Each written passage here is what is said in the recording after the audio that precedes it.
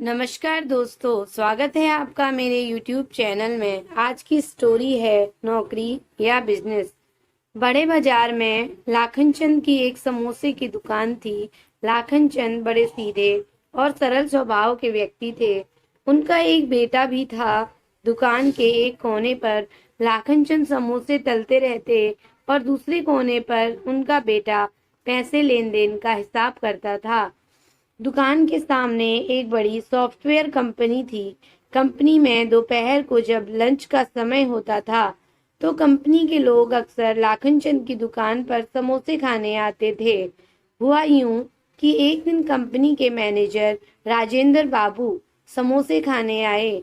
खाते खाते राजेंद्र बाबू को कुछ मजाक सूझा और वो लाखन चंद से बोले, भाई समोसे तो आप बहुत ही बढ़िया बनाते हो और दुकान भी आपकी काफी अच्छी चलती है, लेकिन आपको नहीं लगता कि ये समोसे बेचकर तुम अपना कीमती वक्त बर्बाद कर रहे हो?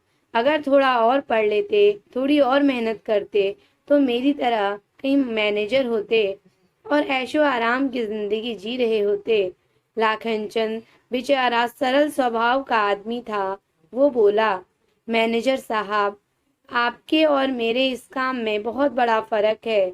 आगे लाखन चंद बोले, आपको याद होगा आज से करीब 10 साल पहले आप इस कंपनी में एक जूनियर के पद पर आए थे। उन दिनों आपकी पगार 10,000 रुपये महीना थी। मेरे पास तब दुकान तो नहीं थी, तो मैं उन दिनों टोकरी में समोसे बेचा करता था और मेरी कमाई करीब 1,000 रुपये महीना थी। आज 10 साल बाद आप मैनेजर बन गए और आपकी पगार है 50,000। मेरी अब अपनी दुकान है और मेरी कमाई है 1 लाख प्रति माह। लेकिन चलिए, पैसा ही सब कुछ नहीं होता। आपने अपने जीवन में जो मेहनत की है वो आपके बेटे के काम नहीं आएगी, वो आपके मालिक के बच्चों के काम आएगी। जब मेरा बेटा बड़ा होगा तो वो मेरी दुकान को संभालेगा और उसे कोई संघर्ष नहीं करना पड़ेगा। मैंने मेहनत करके अपनी दुकान को बड़ा बनाया है और ये सब मेरे बेटे को मिलेगा। वो आराम से मेरा बिजनेस आगे बढ़ाएगा। लेकिन आप तो अपने बेटे को सीधा मैनेजर पद पर नहीं बिठा सकते ना। आपके बेटे तो फिर भी वही जूनियर पद से मेहनत करनी पड़ेगी जो आपने की है। आपकी मेहनत का उसे ज्यादा फायदा नहीं मिल पाएगा। झेपे से राजेंद्र बाबू बिना कुछ बोले समोसे के पैसे देकर वापस कंपनी को रवाना हो गए।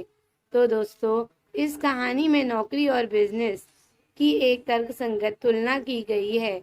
हम ये नहीं कहते कि नौकरी करना बुरा है। दरअसल नौकरी भी अच्छी है और अच्छाई बुराई तो हर काम में होती है। लेकिन बिजनेस नौकरी से कैसे उत्तम है, ये बात इस कहानी में बताई गई है। अपना कीमती समय देने के लिए धन्यवाद दोस्तों। अगर कहानी अच्छी लगी हो तो लाइक करें, शेयर करें और मेरे चैनल को सब्सक्राइब करें। Thank you for watching.